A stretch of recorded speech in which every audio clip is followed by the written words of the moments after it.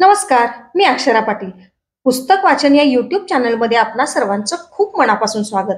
मित्रांनो, साने गुरुजी लिखित श्यामची आई हा संस्कार खजिना खास तुमच्यासाठी. तत्पूर्वी चॅनलवर पहिल्यांदाच असाल किंवा चॅनल यापूर्वी सबस्क्राईब करायचा राहून गेला असेल तर चॅनल आधी सबस्क्राईब करा आणि व्हिडिओ आपल्या मित्रमैत्रिणींना, नातेवाईकांना शेअर करून तो कसा वाटला हे कमेंट बॉक्समध्ये जरूर कळवा. कथेचं नाव आहे मुकी फुले. बारकू, भाकर खाल्ली की नाही रे? येतोस ना आश्रमात? शिवाने विचारले. आई वाढ ना लवकर, तिकडे सुरू सुद्धा होईल गोष्ट. बारकू आपल्या आईला घाई करू लागला. कसल्या रे रोज उठून गोष्टी ऐकता? रोज तुझी घाई.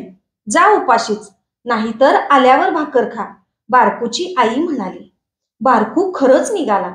त्याला त्या भाकरीपेक्षा गोष्टीच आवडत. त्याच्या पोटाला भाकर पाहिजे होती, परंतु त्याच्या हृदयाला श्यामच्या गोष्टीच पाहिजे होत्या. बारकू व शिवा जल्दीने निघाले. वाटेत ठेच लागली तरी त्याचे शिवाला भान नव्हते. बोलो बनसरी धरिनू, जय जयकार, श्याम सुंदर हरिनू, जय जयकार, अशी आश्रमातील भजनाची धून ऐकू येत होती. बारकू व शिवा आले तो शेवटचे समाप्तीचे श्लोक म्हटले जात होते. अहिंसा सत्य अस्तेय, ब्रह्मचर्य असंग्रह, शरीरश्रम आस्वाद, सर्वत्र भयवर्जन, सर्वधर्मी समानत्व, स्वदेशी स्पर्श भावना, ही एकादश सेवावे, नम्रते व्रतनिश्चय. श्यामने गोष्टी सुरुवात केली. आज मी फुलांची गोष्ट सांगणार आहे. लहानपणी मला फुलांचा फार नाद होता. फुलांसारखी सुंदर व पवित्र वस्तू जगात कोणतीच नसेल. पृथ्वीवरच्या फुलांनी व आकाशातील ताऱ्यांनी माझ्या जीवनावर अनंत परिणाम केलेले आहेत. माझ्या वडिलांनाही फुलांचा फार नाद. पूजेला भरपूर फुले त्यांना पाहिजे असत. जास्वंद, कर्ण, गुलाब, रास्तुरा वगैरे नाना फुलझाडे शेतावर होती. माझे वडील गणपतीचे मोठे भक्त. दररोज 21 दुर्वांची जुडी ते गणपतीला वहावयाचे. खुरटलेल्या वाळलेल्या दुर्वा त्यांनी कधी वाहिल्या नाहीत. वाटेल तितके लांब जातील, परंतु हिरव्यागार झुपकेदार लांब दुर्वा ते घेऊन येतील. देवाला साधी दुर्वा वाहायची, ती तरी चांगली नको का, असे ते म्हणत.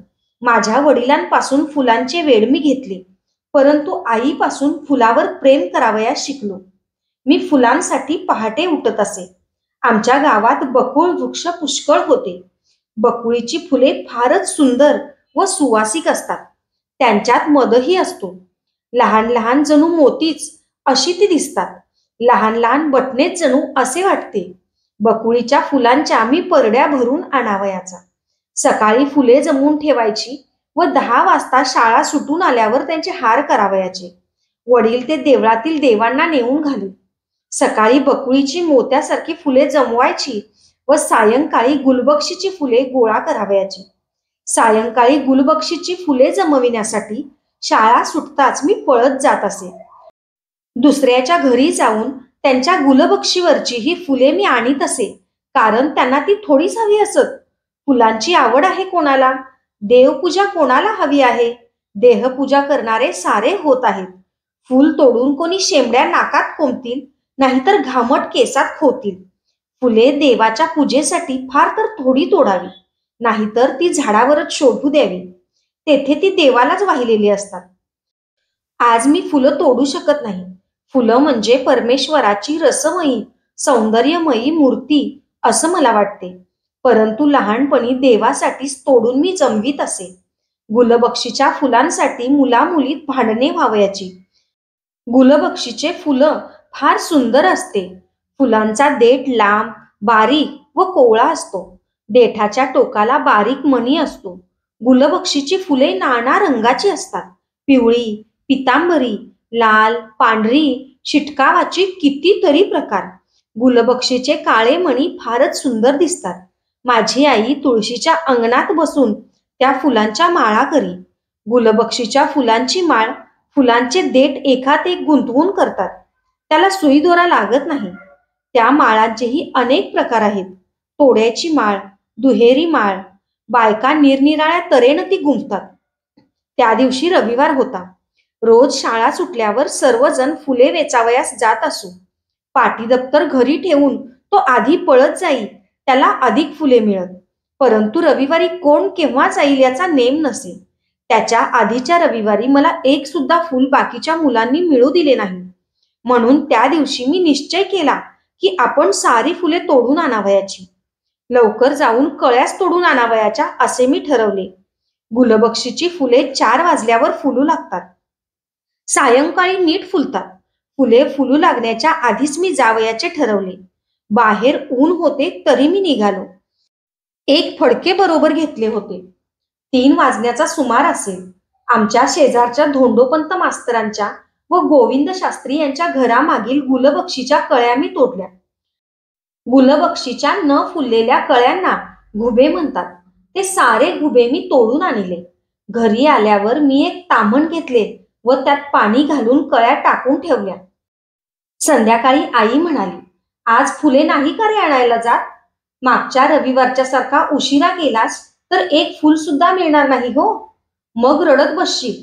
माळेला नाही तर नाही, पण धुपारतीला तरी 4 आणून ठेव. मी तर केव्हाच आणून ठेवली आहेत. तू माळ करतेस का? मी विचारले. आण तर. मी येथेच तुळशीजवळ बसते, म्हणजे घरात डेके पडायला नको. आई म्हणाली. मी ताम्हण आणावयास गेलो, परंतु ताम्हणातील फुले नीट फुलली नव्हती. ते पाहून मी खट्ट झालो. ती फुले परडीत घालून मी आईजवळ नेऊन दिली. हे रे काय, पाणीसे ठिबकते आहे. कळ्यास तोडून आणल्या होत्यास वाटते, तरीच नीट फुलली नाहीत. श्याम, अरे झाडावर नीट फुलू तरी द्यावे की नाही त्यांना? एवढा काय आधाशासारखा गेलास उतावळा होऊन?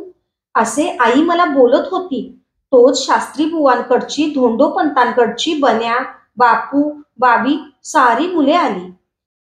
श्यामची आई, श्यामने तुमच्या सारी आणली हो फुले तोडून. आम्हाला एकही ठेविले नाही याने. बाबी म्हणाली. काय रे श्याम, केव्हा चोरट्यासारखा जाऊन केव्हा घेऊन आला सारी फुले? बापू म्हणाला. चोरट्यासारखा मी नेहमी नाही वाटतं येत तुमच्याकडे फुले नेण्यासाठी. मी म्हटले. नेहमी आपण सारीच जण बरोबर असतो. बन्या म्हणाला. तुम्ही मागच्या रविवारी मला उशीर झाला तेव्हा एक तरी फूल ठेवले होते का माझ्यासाठी? मी विचारले. पण मी माझ्या परडीतले देत नव्हते का? तूच फणकाऱ्याने निघून गेलास. मला का नाही थांबलात? बरे पाहून घेईन असे म्हणून तू निघून गेलास. हा आज असा सूड घ्यावयाचा होता वाटते. बाबी म्हणाली.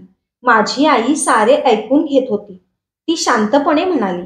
बन्या, बापू, ही घ्या तुम्हाला फुले.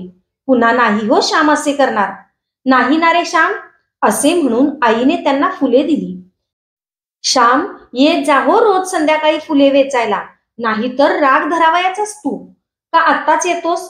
आपण छापो पाणी, नाहीतर लक्ष्मीबाई ताक दे, डेरा फुटला मडकं दे, तो खेळ खेळू. बन्या म्हणाला. माझी आई म्हणाली. आता उशीर झाला आहे, उद्या खेळा हो बन्या बापू. मुले गेली. माझे तोंड गोरेमोरे झाले होते. आई मला म्हणाली. श्याम, दुसऱ्याच्या घरची फुले त्यांना न सांगता सवरता आणू नये. त्यांना विचारून आणावी. आपण आधी गेलो तर त्यांना हाक मारावी. परंतु सर्वात वाईट गोष्ट म्हणजे अशी मुकी फुले तोडून आणणे.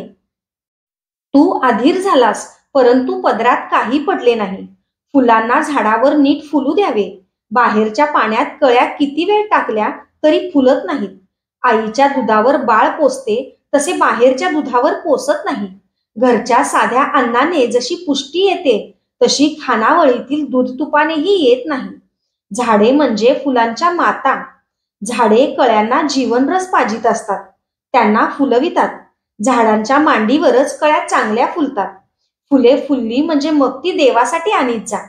आपल्या देवाला 2 कमी मिळाली तरी चालतील. बन्याच्या घरच्या देवांना मिळाली तरी ती देवांनाच ना. कोठे गेले तरी देवालाच मिळतील. आपल्या घरातील देवांना सारी फुले हवीत असे वाटू नये. ते देवाला आवडणार नाही. देवाच्या पूजेत सर्वांनी भाग घ्यावा. देवाला 1 फूल मिळते तरी पुरे, परंतु नीट फुललेले व्हा. गड्यांनो, अशा खुडून आणलेल्या मुक्या कळ्यांबद्दल मातेलाच वाईट वाटेल. आई आपल्या लहान मुलांना मांडीवर खेळविते, घरात वाढविते व मग त्यांना जगाच्या सेवेस देऊन टाकते. त्याप्रमाणेच फुलझाडे फुलांना वाढवितात, रसमय गंधमय करतात व ती विश्वंभराच्या पूजेस देण्यासाठी तयार असतात. अर्धवट खुडून आणलेल्या कळ्या नीट फुलत नाहीत. अर्धवट कामे नीट फुलत नाहीत, फळत नाहीत. जगात अर्धवट काही नको. जे कराल ते नीटनेटके, संपूर्ण यथासांग करा. उशीर लागला तरी हरकत नाही. काहीतरी वेडेवाकडे करण्यापेक्षा न केलेले बरे. माझी आई मला म्हणे, श्याम, मुक्या कळ्या नको हो तोडू. त्यांना फुलायला संधी दे. त्यांना नीट फुलू दे. अशाच नवनवीन आणि विविध विषयांवरच्या पुस्तकं, कथा आणि कवितांसाठी पुस्तक वाचन बाय अक्षरा पाटील हे चॅनल सबस्क्राईब करा आणि व्हिडिओ कसे वाटतात ते कमेंट बॉक्समध्ये जरूर कळवा. थँक्यू.